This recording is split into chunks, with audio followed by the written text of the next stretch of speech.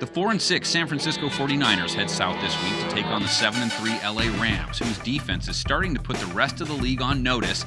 They are legit. Brady intercepted. The Rams secondary faced off with Tampa Bay's Tom Brady-led passing attack last week and did more than just hold their own. They dominated the go. Here's Brady to throw.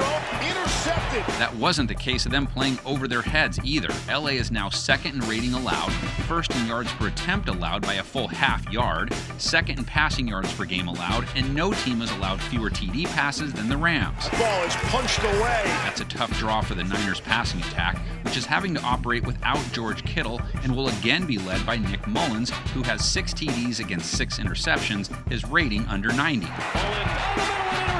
It would at least help if San Francisco gets Deebo Samuel back. Samuel, one of many Niners who has been in and out of their lineup this season, though he's expected to be back in it this week. That's another key guy that Shanahan's able to get back. Maybe more importantly, Raheem Mostert is also expected back this week. Mostert averaging almost 6 yards per run this year in the games he's actually played in. Mostert turns it back upfield. But even if the Niners can get their run game pieces back in place, it doesn't mean their run game will move the ball with ease, as the Rams' run defense is almost as good as their pass D.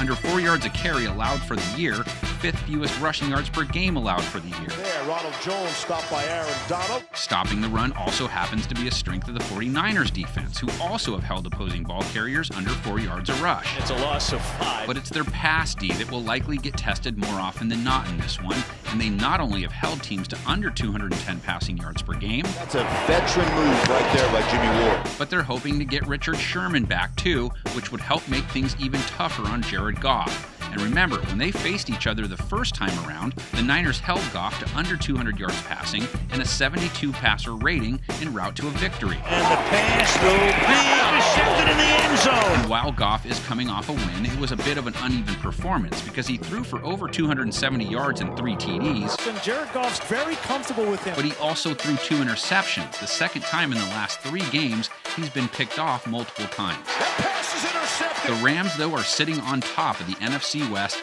the Niners sitting at the bottom of it, but with an outside shot of climbing their way back into the playoff race, though they don't have a lot of wiggle room left. Not as much as those guys that used to do those kids' concerts anyway. Whatever happened to them? Do they still tour? If you know, put it in the comments section with your predictions. We'll wiggle our way out of here by leaving you with our predictions. Van Jefferson at the top of the screen. Goff throwing and completing. It is Van Jefferson for the touchdown. Mullens tossing. Ayuk walks in. Touchdown San Francisco on a very impressive opening series.